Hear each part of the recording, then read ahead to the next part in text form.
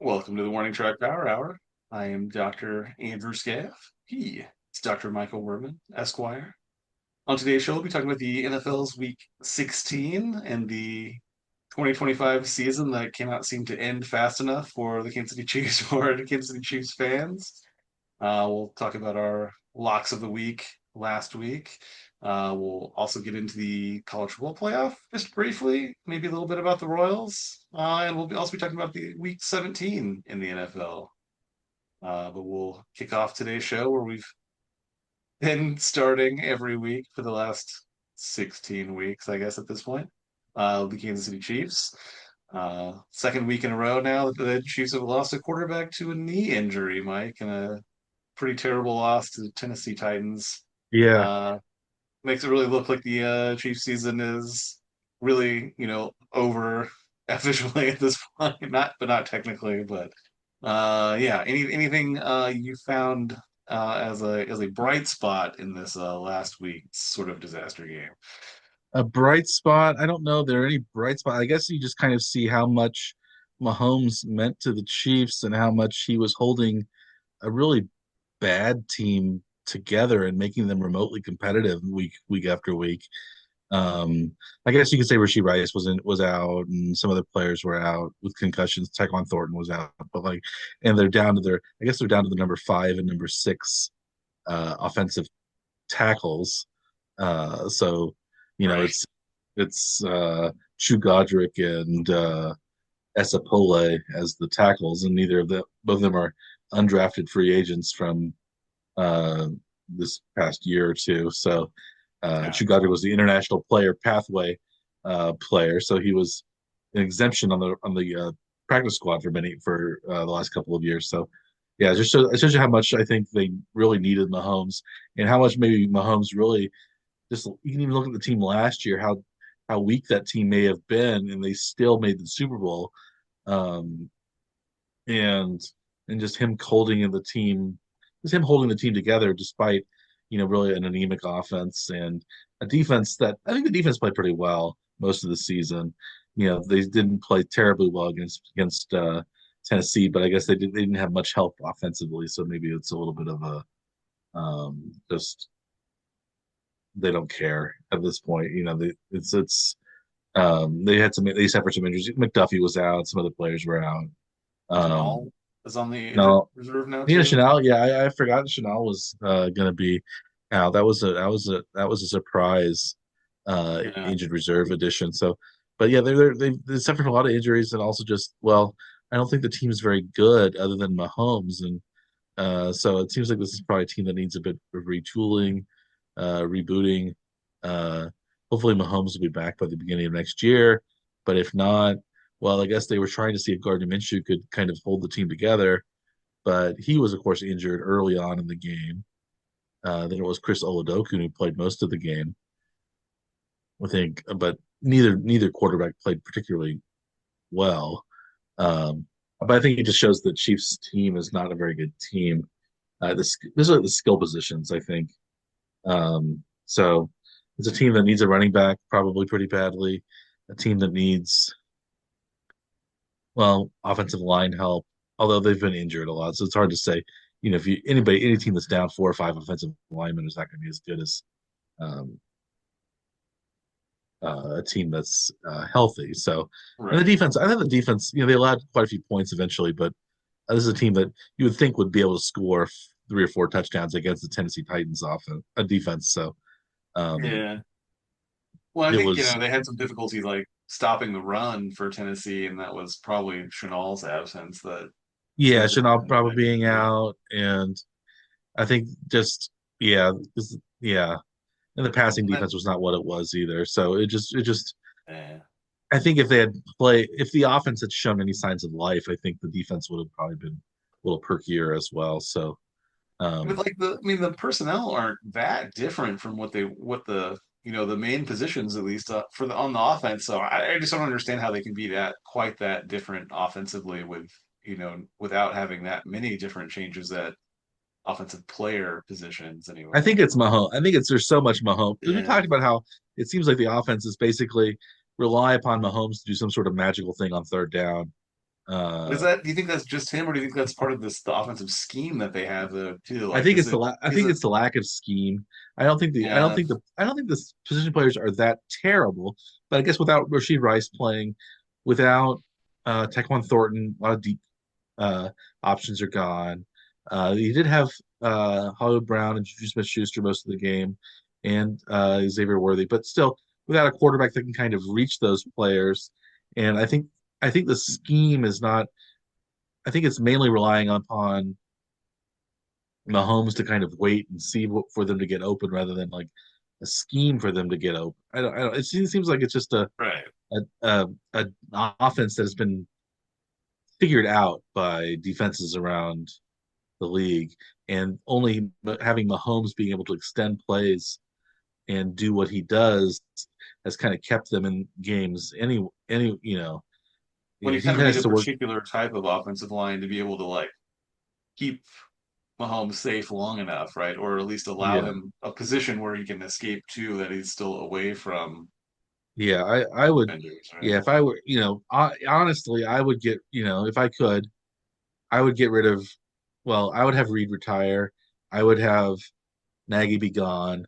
I would just go to a new, different offensive system, something similar. Like, how does Seattle, scheme Sam Darnold to do such, good things, or how does Indianapolis do that with Daniel Jones? Some new offensive mind, maybe Cliff Kingsbury or somebody like that. Yeah, Just somebody different, and give Mahomes a different system and the receivers a different system, and make one that's less complicated. And it seems like other teams can scheme players open pretty easily. That the Kyle Shanahan tree that does the Sean McVay, or the right. receivers in Green Bay. Like somehow they're always open and they can be thrown to. And even not so great quarterbacks like Brock Purdy can have 5 touchdown. Not that Purdy's a bad player, but he's not Yeah. Mahomes. I think But he everybody wasn't a realizes highly that. regarded player out of college. Yeah, He was, yeah, right. And but then, he threw 5 touchdowns against the Colts right, last night, or just, yeah, yesterday for us. Yeah. and so like it just seems like it's everything. It's like pulling. We talked about the offense like it's like pulling teeth for the Chiefs a lot of the times. So it's just I don't know. It was other teams do it so easily. And the Cowboys even have a offensive scheme that gets That's Dak who I was Prescott. gonna bring up. Yeah. Because like that Thursday, Thanksgiving Day game against the Cowboys, like it just seemed like every time Dak was pressured, like he always had somebody opening up in the same direction that he was running, running Yeah, back, a tight end, somebody that was open underneath, like completely uncovered. And it was like an easy for him to find. It was they were running in the same direction, so he's not having to throw like across his body to go to find somebody like way downfield on the other side. So yeah, yeah, it just always seemed like that Dallas had something figured out to the point where there was always some kind of outlet. yeah. And it seems like other teams can do that, but the Chiefs never have really been able to do much of that. So I think it Yeah, is they just need a complete revamping. but it starts And at like the uh, offensive coordinator position though, doesn't it? well, I don't know how much he does compared to what Reed does. Yeah, it's hard to tell. So I would say that it's probably time. I wouldn't be. I think Reed maybe should retire. Um, he's I he's wouldn't think he's going to go out on a down year, though, do you? well. You don't know how many more years Mahomes will have. It's one of those things where how much does Reed has. He's had the family issues for many years. Yeah, I don't want to talk too much about that, but like it seems like he has sacrificed quite a bit to become yeah. a successful head coach. He was very good in Philadelphia for about 12 years, and then he had a really bad year. And this is kind of the same for Kansas City. Yeah. Um, he's But they been had really good. won, the Chiefs actually got to the championship. They had Yeah, won championships with Reed, where he yeah, got into the like NFC championship game with the Eagles, but couldn't get it to the, win a Super Bowl position. yeah. But But so I mean, he did. I'd be shocked if he leaves, or if I can't imagine that they'll fire him No, if I he don't think they'll wants to fire him. I think retire because it's one of he's those times where it's like a bring yeah Reed out while he's still pretty much on top. Maybe he'll have another year or so, but like you don't know yeah if his next season going to be a lost season because Mahomes is going to be injured for a lot of it.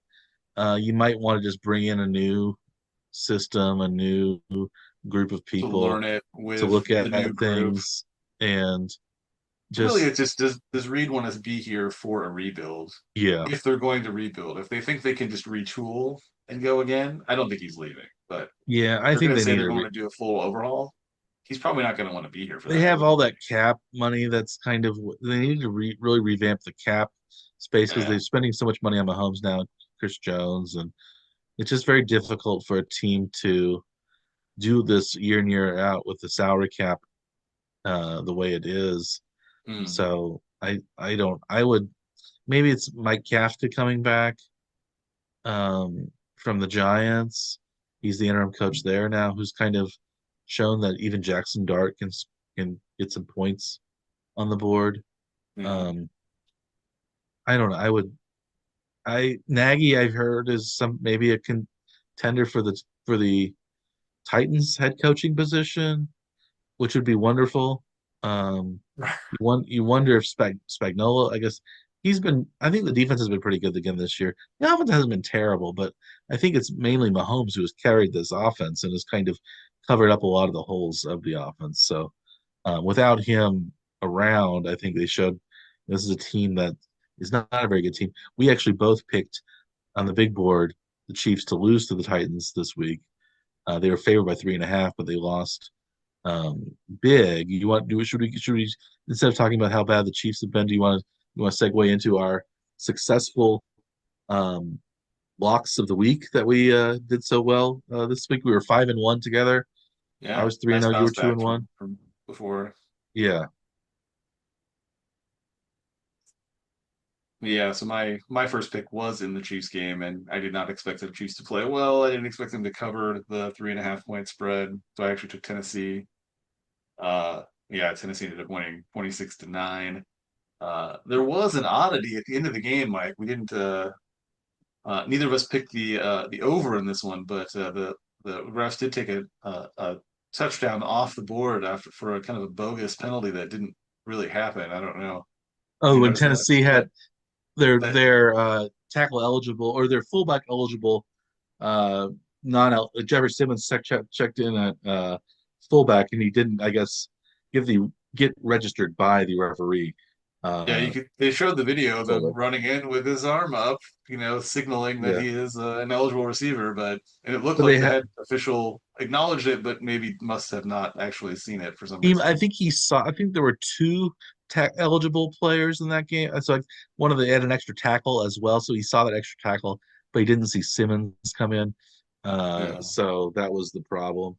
But still, yeah, it was a little bit of lucky break on that part for that.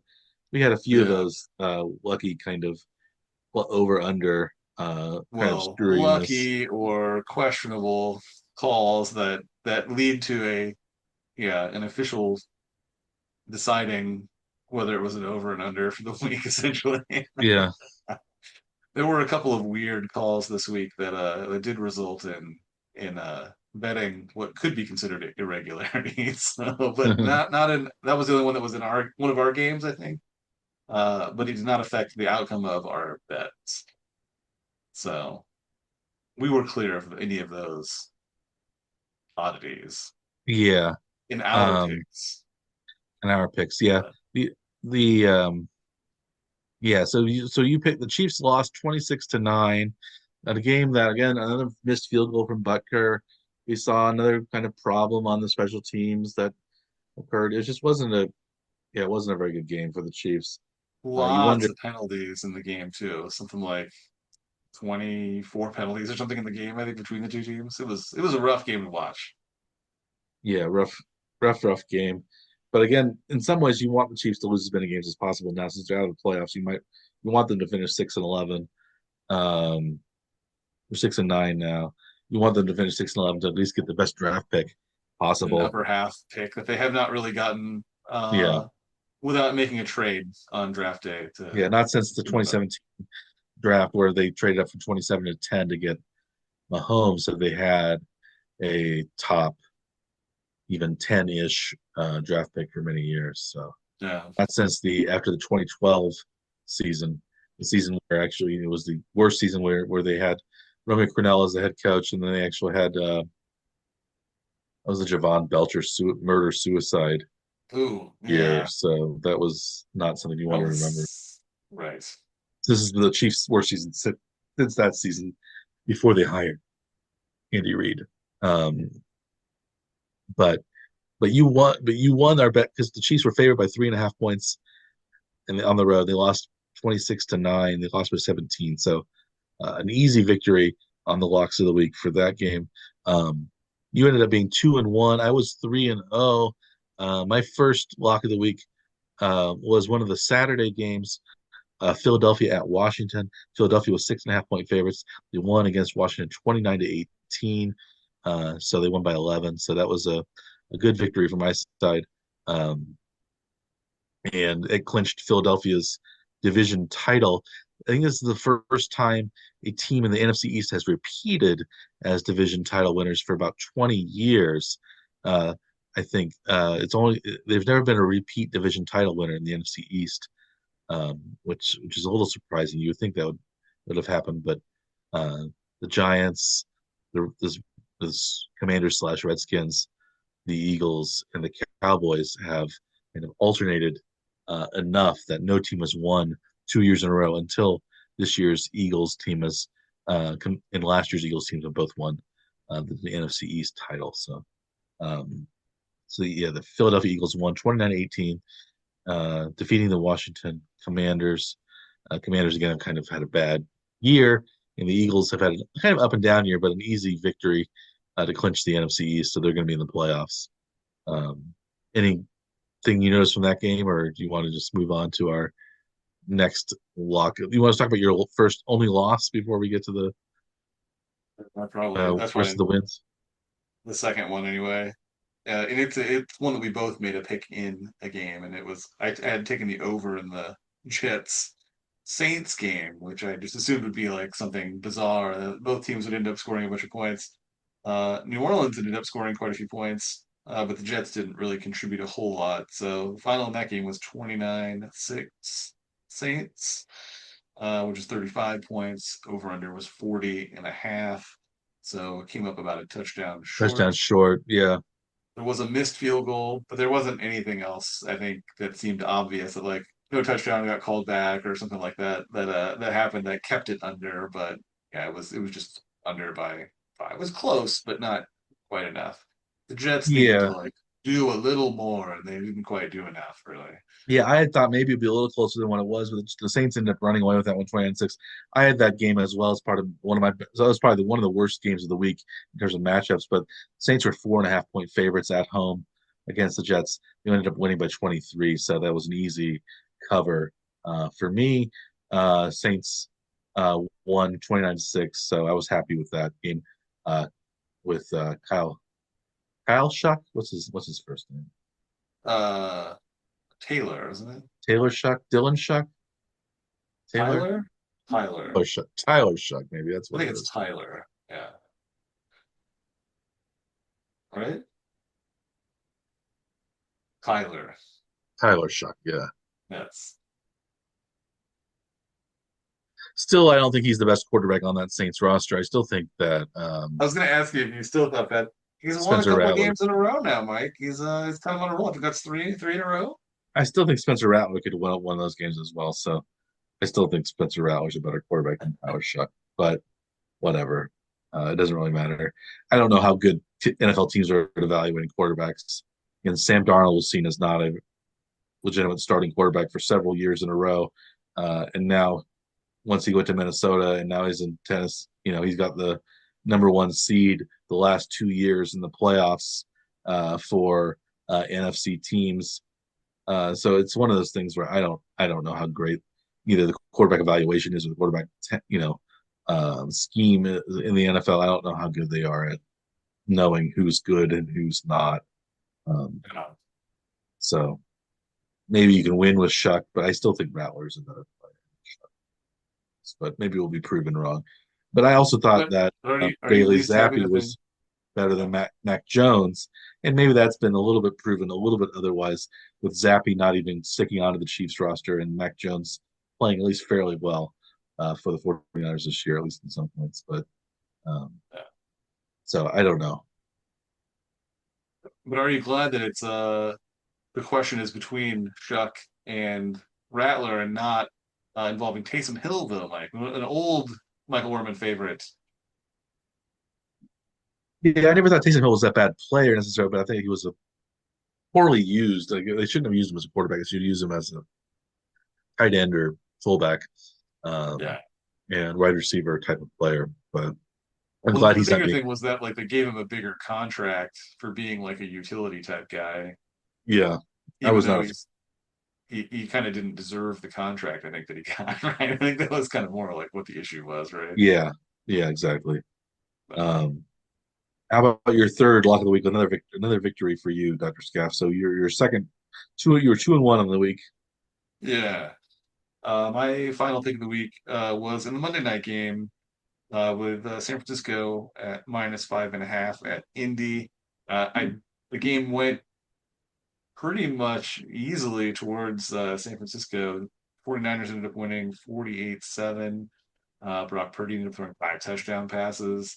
An easy cruising win for the 49ers. I think they've won 5 in a row now too, and they're near the top of their division too, even though they've had some injury problems during the season. But Yeah, yeah, the 11-4 49ers now. are in good position.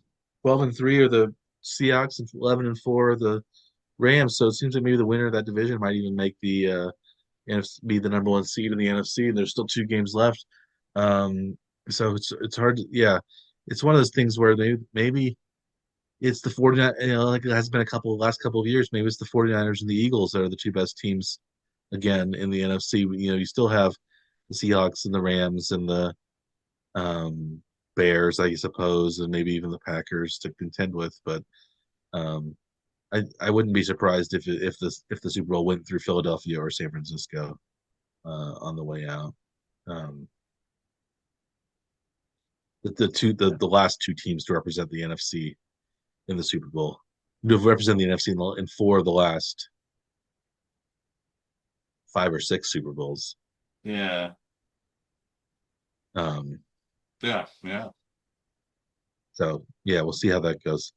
I like so my final lock of the week was the Carolina Panthers were +3 at home against the Tampa Bay Buccaneers. They actually won that game outright, 23-20. So they reversed the +3 into a -3 victory. So uh, I thought the Tampa Bay has been fading of late. I thought Carolina has been. They were both 7-7 going in, so Carolina's now 8-7. Now Tampa is 7-8. So either of those teams can still win the division, I believe. But Carolina has been playing a little bit better recently. So I thought is at home at Carolina. So I thought Carolina Carolina getting points at home was a good pick for me. So then they ended up winning 23-20. They intercepted Baker Mayfield late in the game to seal the victory. So 23-20 Carolina. I was happy about that result, which made me 3-0 on the week. Reversal of last week's 0-3. So I feel like I've been vindicated a little bit. Um, what is my record on the year now, Dr. Scaff? You're now at 22, 25-1. So you're still in striking distance for being able to even it up next week.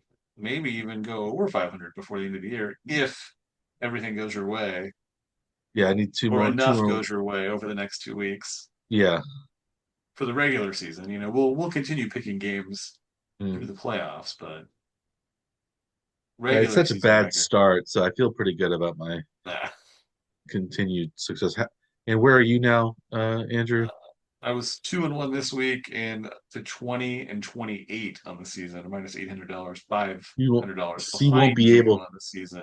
So I you can won't be still able to quite catch you, but I can't get to 500. get you to the If 500. I do well and you do poorly, I can still You, catch you, but we're both gonna have sub 500 years if that happens. yeah, you're still beating me on the big board, although I won a few. I won $236 this past week. You lost about $220 this past week. I'm still about $900 behind you on the big board. We've each lost 5,000 or more dollars though if we had bet on every game this year. So kind of shows the folly of betting on every game. Um, so, but I'm about $900, so it's still possible I can catch you.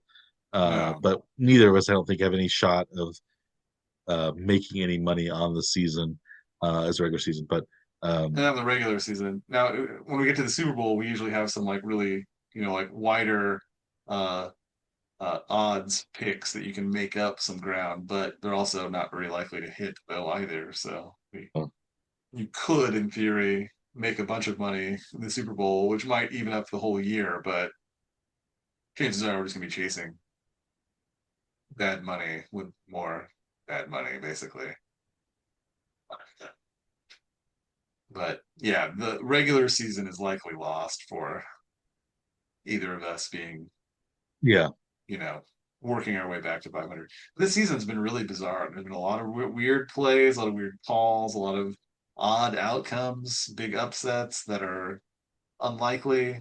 Lots of games have gone over this year that you would not expect to go over.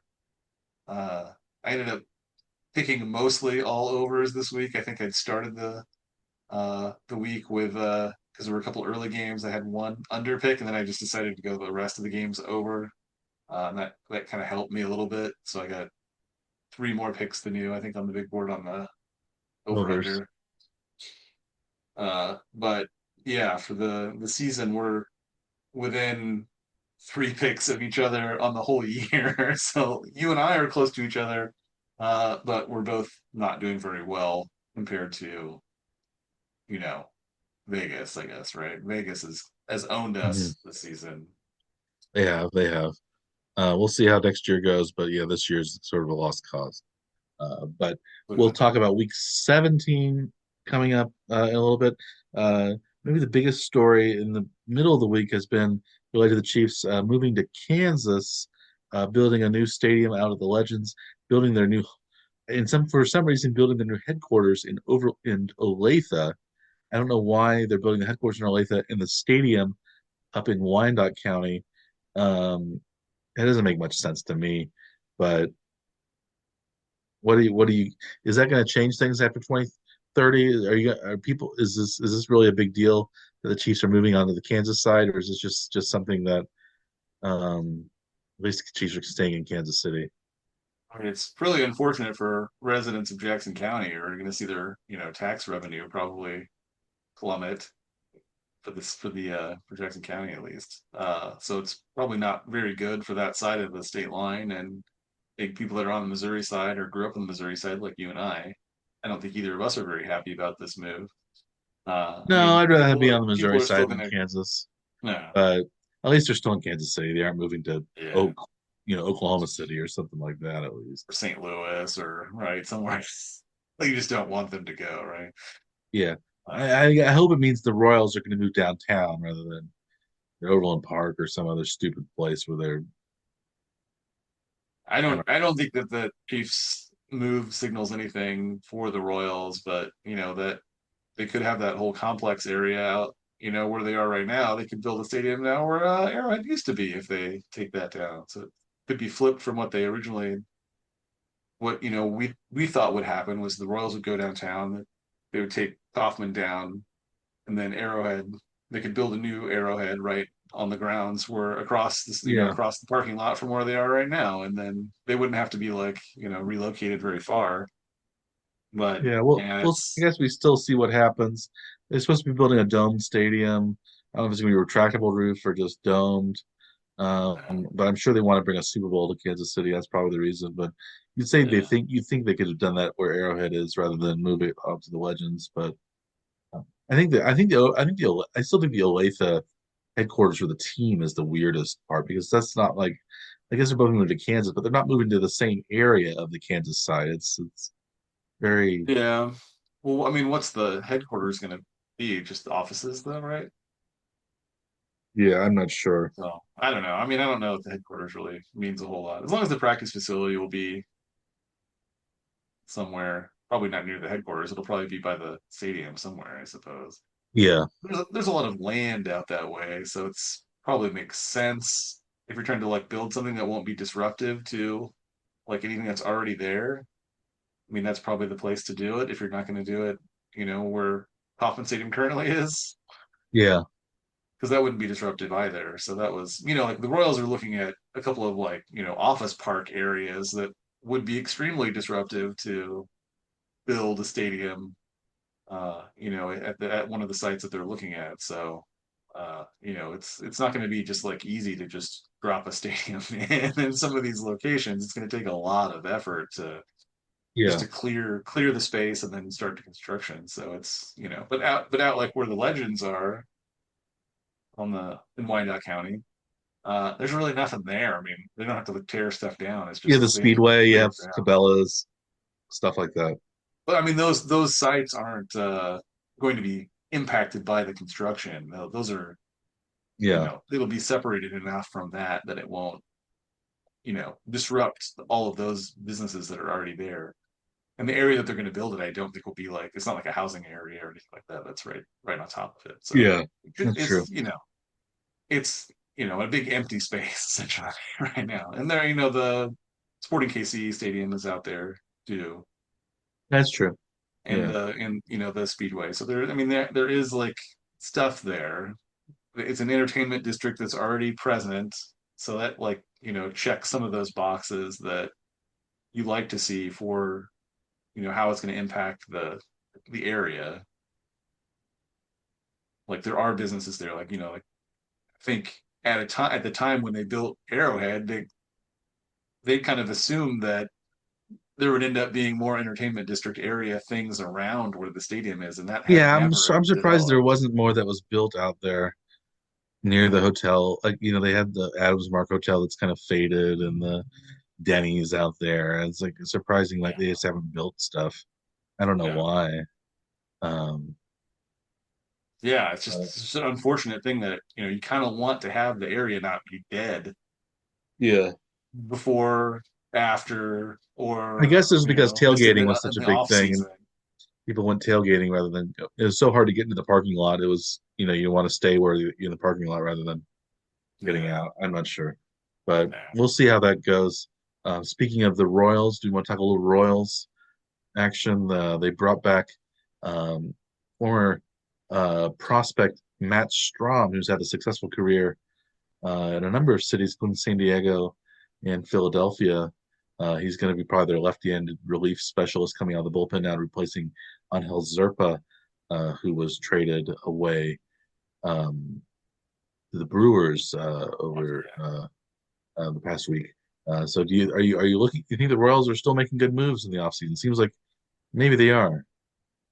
Yeah, well, at least the last couple of moves have been seemingly really good, right? I mean, you do lose Zerpa, but then you get a lefty specialist back who can go full inning, not just like a guy that faces one, the loogie scenario guy, right? Where you're just going to Yeah, face one. left-handed one out guy. Yeah, So he's not that kind of player. I mean, he is a guy that can go a whole inning or two innings if necessary. So yeah, I mean, it seems like you've not lost anything, but gained a right-handed reliever and a guy that can play the outfield as well, an everyday guy. So I mean, it seems like those two moves together are better than basically anything that they've done in probably the last couple of years for moves. So yeah. I So mean, maybe it seems like a good sign. I don't know. I mean, Strom was a guy that I wish that they had not traded when they yeah, they did ended up trade him, trading him but for he some was injured. prospects from So San Diego in yeah, 2017 that didn't end up panning out, and Strom became a pretty good reliever. yeah. So yeah, I think it seems like maybe the Royals were contending for playoff contention. Now it seems like they've been doing some good things, and if they add one maybe outfielder, a solid bat, without getting rid of too many of their pitching, uh, you know, uh, I don't know what we want to call them, prospects, or pitching um, Assets maybe. assets. Assets, I think is the word I was looking for. Yeah, You don't, yeah, they have a lot of pitching assets right yeah, now. So you don't want them to have more hitting, but you don't want them to give up too much in the pitching side of things. Um, you have some good starters. You have Reagans. You have Seth Lugo still. You have Walker back even. Um, and yeah, you have Noah Cameron and Chris Bubich, maybe as five starters deep. And Well, then they have the two guys that they picked up late in the season too that had shown some promise too in the rotation after they'd been kind of depleted as the season went on with Reagan's and some of the other injuries that happened during the course of the year. yeah, yeah. So Oh, it's they're looking good at pitching wise. So maybe they can, they just need they need if they get Cagliano to develop, they could get some of the other guys, young guys to develop, or they bring in somebody like Jaron Duran from Boston. Um, for a while, it seemed like uh, Pasquantino also might have been a traded block asset, but it seems like he's been I don't know the Red Sox just got a I think they just got a first baseman, so they aren't gonna I don't think they're gonna try to get Pasquantino. Um, I would have been surprised if the Royals were trying to trade Pasquantino even for Duran. yeah. I would So have been anyway, surprised by that at least anyway. But so far it's looking good in the offseason for the Royals. Best I think this is the best offseason they've had in the last several years. So we'll see how that goes currently. Um, any should we should we move on to the college football playoff real quick before we start moving back to the NFL? We had the first weekend of the college football playoff in the NCAA FBS play. We had four games. Two of the games were competitive. Two of the games probably that we just thought were not going to be competitive were not competitive. Um, the 11-6 and the 12-5 games, neither of those games were terribly competitive. Oregon won big over James Madison. Ole Miss won big over Tulane, even but bigger. but we had we had lower seeds winning over higher seeds in the other two games. We had number 10 over number 7, Miami over Texas A&M. We had number 9, Alabama beating Oklahoma. Which of those games were you the most surprised about? Well, I mean, I had picked Alabama to win in that game, which I mean they were technically the favorites, I think, in Vegas. But so I think the Miami game was surprising in that it was surprising that it was so low scoring though too, because I think that the final was only 10-3 Yeah, in that one. So I didn't I thought maybe Miami would have a chance, but I didn't think it would be that low scoring of a game. Right? I think you'd think that it would be more of a shootout if it's going to be something like that. I don't know. I didn't expect it to be a super defensive game. yeah, I was a Yeah. little surprised about that one as well. I thought it would be more offense in that game. I guess neither of the results I was really surprised about, but I was a little surprised that, well, I thought Oregon was going to run away against the game against James Madison, and James Madison somehow Right. covered in the second half because Oregon didn't really play very well in the second half. They kind of were sloppy. They were up like 41-6 or something at one point, and they only won Yeah. It was. 51-34. So that was a game we both ended up thinking that Oregon was going to cover, and they didn't end up covering. That was a sort of backdoor cover by James Madison, but it seemed like neither of those 11, 12 non-big Power Four conference teams really deserved to be in the. Uh, it probably should have been BYU and Notre Dame as the 11 and 12. You would have wondered what those teams would have done rather than seeing Tulane and James Madison in the game. I like the concept of having the smaller conference schools in there, but only if they do well. Yeah, yeah. Once you Right. know they don't do very well, it's like why are they there? Yeah, I don't want to see them get blown out though. That's the main thing. But I think if they really expect to be competitive, I think some of those smaller conferences schools are going to have to like schedule Well, Tulane still the lost two Giants. games this year, and do you think Yeah, their two losses are going to be better than BYU's two losses, which were both to Texas Tech, both yeah, the top four teams, or better than Notre Dame's losses, who were both to Miami and A&M? Like yeah. I don't see how Tulane was seen as having an equivalent resume to those teams. No, I that guess you could say doesn't James make Madison sense. only lost one game, but uh, Yeah. yeah, I mean, I I think it seems like the smaller conference schools are going to have to like schedule a giant on have them on the schedule just so they can say, look, this is how you can compare our schedule to yours because we played somebody on your schedule, right? yeah. Well, so But now we that's have hard to do that though, if you because you don't know if you're going to be good until in college in the college sports world, right? And yeah, until the season's kind of already going. I mean, the schedules are set long before that. But you'd like yeah, to see, like if Tulane played, an SEC school, then you could at least translate their season other wins to whatever they did against that SEC school because you can look at then you have at least a common opponent, right? yeah, But that's not going to happen, I don't think. So it's going to be a pretty contained schedule for the smaller conferences to their own sort of size schools, and then they're going to get stomped. Apparently, is what's going to happen. That's not really what we want to see, I don't think, unless it's the Cinderella story, and then that'll be you know happy until you'd like to see him win one game, I guess, right? yeah. I don't know. I'd still in football. I think the upsets are most likely. Basketball is a little easier to have the upsets. So Yeah. But even then, like you like having the upsets like early, but at some point you just want to see, the you better know, team the play. best teams winning games against, teams that they should beat. Yeah, But then it's like, you're vying between like, the very top two or three teams. You could say like, oh, is it an upset if a 4 seed wins or something? It's like not really, but if a 12 seed's still in it in the final four, it's like, is this real? Is this yeah, I don't know. You kind of don't want to see like the 12, 13, 14 seeds still around that late in the tournament, right? yeah. It's kind of fun, but it's not. No, you don't. You want. You question the legitimacy of it then too, right? Yeah, Like, or how yeah. how would they not get a better seed than that if they're I actually think that good? I tend to be more the Goliath versus the David. Uh, Yeah, I wanted to see those teams. Speaking of Goliaths versus David, do we have uh, picks in our week 17 NFL picks? We have. Um, I know the Chiefs are going to be playing against the Denver Broncos on Christmas Day.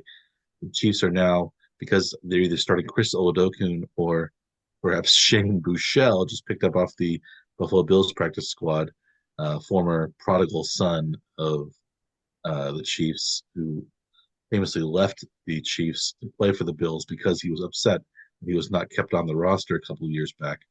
Um, Former friend of Patrick Mahomes, kind of. But do you think the Chiefs are 13 and a half point underdogs against the Denver Broncos at home on Christmas Day? A game Amazon, I'm sure, is not wishing that it would have. It doesn't even have Mahomes. I saw a commercial that said Travis Kelsey and the Chiefs against the Denver Broncos. We're do you think the Chiefs should just start? This is the question: should the Chiefs just start Travis Kelsey at quarterback against the Broncos, as he's going to be he's probably their emergency third or fourth quarterback?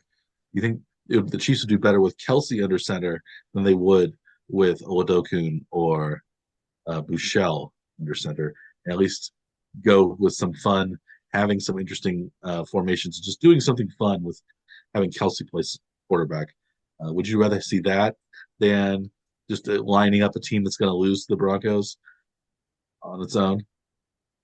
I mean, I think the big thing is like trying to get eyeballs to watch this game, right? Because I think even in Kansas City, the viewership numbers are going to be pretty terrible. Because I think a lot of the Kansas City fans are just going to shut it off uh, because the season's effectively over and there's not really playing for anything. So maybe if they did a Travis Kelsey sort of stunt at QB, maybe people would tune in just to see what would happen. And then if it's successful, then they're going to stick around to watch the whole game. I think they probably should do something like that because I think last week you mentioned something about how many million of people do you think that there were supposed to be like that they expected for this game that are Well, I not think going to 20 be to 30 watching? million people are going to be not watching the game because Yeah, I think 70 million people or more watched the Chiefs Cowboys Thanksgiving game, and I would guess they probably thought about that many would watch the Chiefs Broncos Christmas game if the teams were in contention, both of the teams. And you think with Mahomes playing, maybe they could have still been in contention. right. Um, Now, definitely they are not. So Chiefs Christmas night, um, 13 and a half point underdogs. Is this one of your locks of the week? Do you think the Chiefs can cover, or are you going to pick Denver, or are you just not going to bet on this game? And this is one of my locks. I don't expect much from the Chiefs. This seems like a sad but relatively easy pick, at least on paper. And it hurts to say it too, that like Denver minus 13 and a half Oh, over the the Chiefs Chiefs. did lose to Denver week 18 of last season when Carson Wentz took the snaps. It was 30. It was a 38 nothing, something like that loss. Yeah. Chiefs lost their their second game of the year of the regular season, but it kind of showed what talent again, kind of the talent gap that the Mahomes can kind of make up for and Mm. mask. I think, uh, and yeah, it wasn't a good game. So I wouldn't be surprised if the Chiefs got rolled in this game, especially because Denver's coming off that loss to Jacksonville this past week, 34-20 at home. Denver's probably upset. They want to keep their number one seed in the playoffs, so that probably they're going to really be out for blood against the Chiefs. So yeah, I wouldn't be surprised that if this is more because the Titans beat the Chiefs 26-9. I wouldn't be surprised if it was similar score with the Broncos Or 31-14, something like that, uh, yeah. 40 to I mean, 10. if assumably it's going to be Oladokun starting, so him having a week of practice with the ones may, maybe it'll be a more even performance from him, but I still don't expect a whole lot out of it. Yeah, yeah. Well, so that's your first lock of the week. My first lock of the week is going to be San Francisco on the Sunday night game over the Bears. The Bears are coming off a very improbable win against the Packers, one that you thought was a bit suspicious, I believe, or scout. They ended Yeah. up winning that game 22-16 in overtime over the Packers, who lost Jordan Love to a concussion during the game. Um, But played really well after that though with yeah, their backup quarterback. yeah, with Malik Willis. But the Bears are only 3 point underdogs at San Francisco. I think we all know that San Francisco. I think we all think San Francisco is a better team, and they're at home. They're only getting 3 points at home, so I think San Francisco, especially the way Purdy's been playing. Now, I guess they're coming off a big victory over the Colts in Indianapolis, 48-7. I see San Francisco winning big over Chicago. I would say they win by 10 points or more. So I think -3 is a not a. I think that's a small amount. I wouldn't have been surprised if San Francisco was -5.5, 6 over Chicago. Then I might have given a second thought. I think San Francisco is undervalued in this game. Only the San Francisco -3 against Chicago at home in Levi Stadium.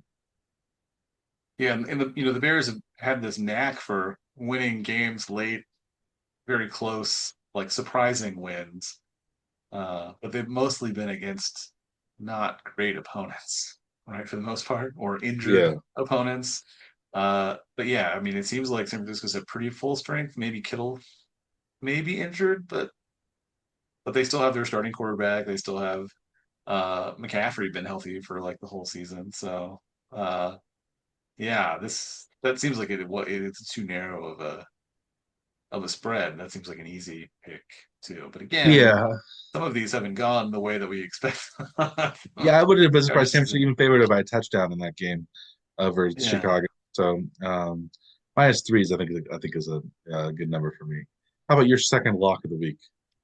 My second pick, I'm gonna basically take some of the logic that you've been building over the last few weeks, even though you're not a Tyler Shuck fan.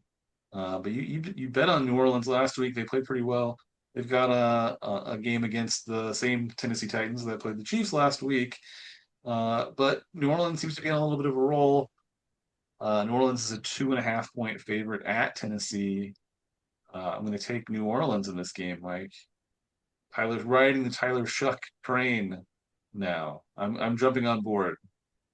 You're not quite there, I don't think. You still think you're in the Spencer Rattler camp, but I still am, but I don't see I don't think that's a bad bet. I'm just not fully on board. with the and I think the way Tennessee played, I think they're building on some momentum. So I don't know what I'm going to do in that Tennessee New Orleans game. Is that Tennessee? And I think with the way Tennessee beat the Chiefs, maybe they're building off of that game and could probably win 2 games in a row at home. But I'm not quite sure, so I'm going to stay away from that game. Um, Instead, I am sticking with one of my traditional teams. I'm sticking with a traditional team and also a team I've done very well with this year. Traditionally, I've done very well with Pittsburgh. Pittsburgh is playing against Cleveland at Cleveland. They're only -3 favorites. They won at Detroit, a game that was also fairly interesting and controversial at the end, um, but only through a kind of really weird play at the end. I think Detroit um, should have lost the game by more than what they ended up losing the game by. Um, but Pittsburgh did end up winning against Detroit. I think they can win against Cleveland. If they win next, I think if they win this week, they'll win the division and they'll eliminate Baltimore. Um, That was the so game that the officials basically just decided who won the game at the end, right? It was they took a touchdown off the board on on an offensive pass interference on a pick play, and then they took a second touchdown off the board that they could have stopped in a couple of different ways. Because like the progress had sort of stopped, and then the receiver threw the ball back to Goff, who then ran into yeah, the end zone. But they called another offensive pass interference that was after the timer ran out, so the game was over on the offensive pass interference. yeah, it was some weird game. I think the result ended up being probably what it should have been, but the way it got there was a little strange. But I still think Yeah, I think Pittsburgh showed that they're probably a playoff team this year.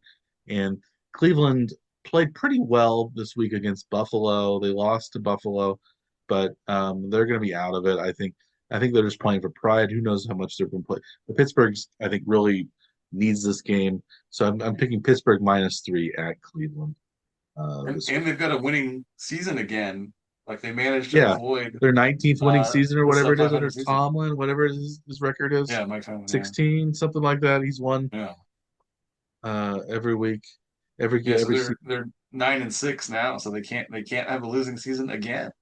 Yeah, Pretty amazing, really. I mean, that didn't look very good on paper this year, and still managed to have a winning team. That's kind of how yeah, they've been the last several years. yeah, Yeah. So, but yeah, I mean, Cleveland hasn't been playing all that well, so I'm surprised that the line is that close too. I guess it's just because it's at Cleveland, I suppose. That it's only a 3-point spread. Were you surprised by how close the line was? yeah. I thought it would be 4 or 5, so like that's why I picked Pittsburgh. Yeah. How about your third? Is it your third or your second lock of the week now? That's my Third. final pick. The last couple weeks, I haven't been terribly impressed with the Colts after Daniel Jones has been injured. But I mean, it hasn't been as bad as we kind of thought it could be for backup QB coming off of being pulled out of his backyard basically to come back to Hmm. the NFL out of retirement, resetting his Hall of Fame clock also, Yeah, right? So we've got Jacksonville who's been playing quite well, favored by 6.5 points at Indy this week. I've got Jacksonville in this game. yeah. The Jacksonville's been on a roll. They're one of these teams that could maybe challenge even for the number one overall seed if they win out as 13-4. Because they beat Denver, and if they end up tying with the Broncos, or the Broncos end up losing, maybe they lose the game to the Chargers in the last week of the season. Even the Chargers could be possibly number one overall seed, I think now too. It's up for grabs. So yeah, I think the somehow Jaguars have been playing really really well, and yeah, I wouldn't be and the Colts are going on the wrong in the wrong direction. So I don't think that's a bad pick. Uh, Jaguars 6.5.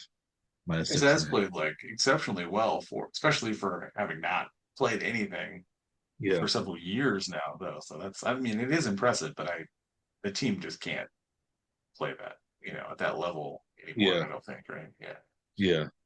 And okay, so moving on to my final lock of the week, it's going to be a team that I've done very well with this year. Is That's Carolina. Uh, they're playing in Seattle, a team that's the number one overall seed in the East, but they're playing at home against the Seahawks. Seahawks traveling all the way across the country to Charlotte. Uh, Carolina is 7.5 point underdogs.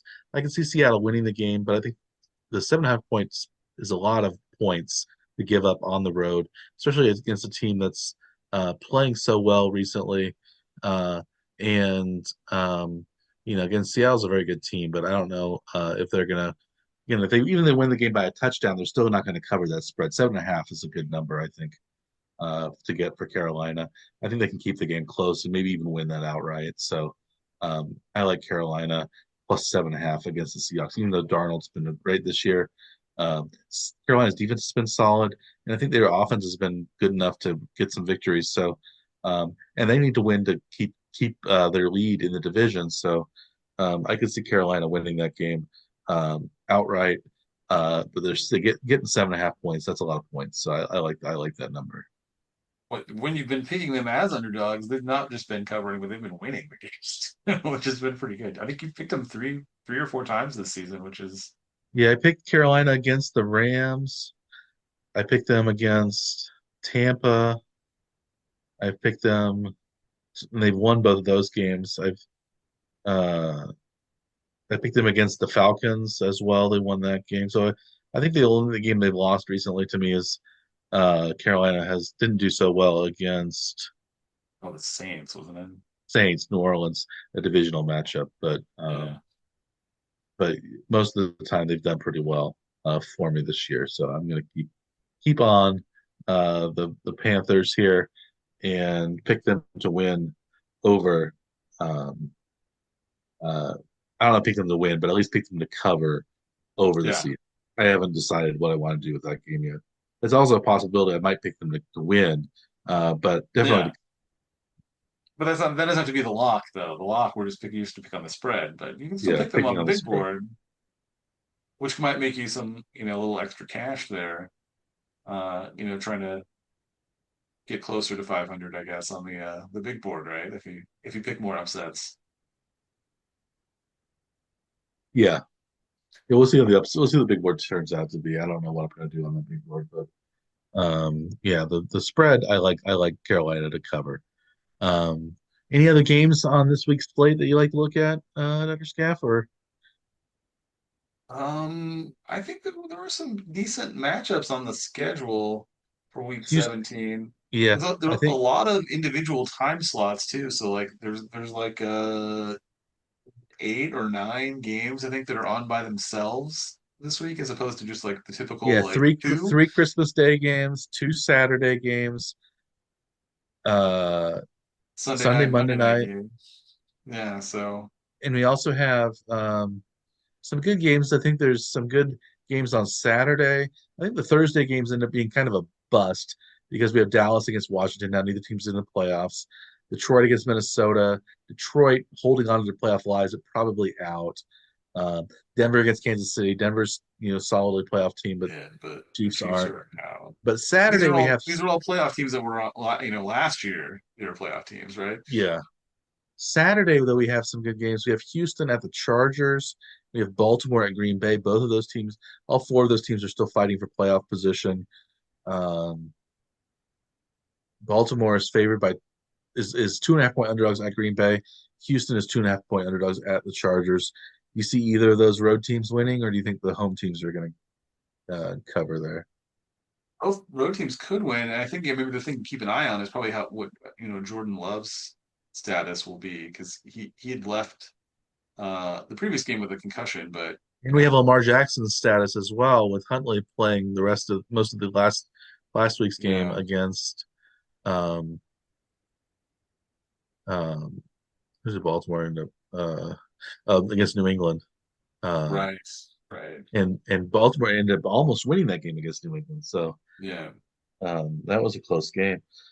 So we'll see what happens there. We also have some good. We also have Philadelphia Buffalo, another big game, I On think, the Sunday afternoon Sunday game. night.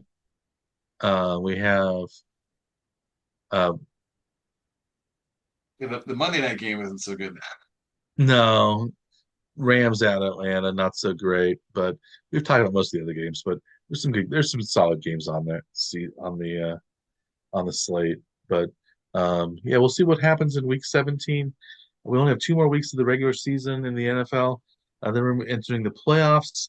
The first playoffs in 11 years now that the Chiefs are not going to be in the playoffs, so that'll be interesting to see how that goes. Anything you want to add before we sign off, Dr. Scaff? Uh, no, I think yeah. I don't know. I feel exhausted by the news from the Chiefs. The last couple of games, and then the move across the state line. I'm not. Yeah, Yeah, I so wish I'm they. I still kind of hope just want to there's. I still looking hope they forward to the stay in break. Missouri. Some. I don't know if they will, but Yeah. yeah, we have. Well, we have that news to digest for the next 6 years because they aren't moving until the 2031 season. Nice. They have lease at Arrowhead until through 2030. So we'll Yeah. see how that goes. But um, we at the One Trick Power Hour are very happy for your viewership, your listenership, uh, and we're glad that you've tuned in. Next week, we will talk about Week 17, preview Week 18, the last week of the NFL season, and we will also talk more about the college football playoff, more about the Royals off season, see what else springs to mind.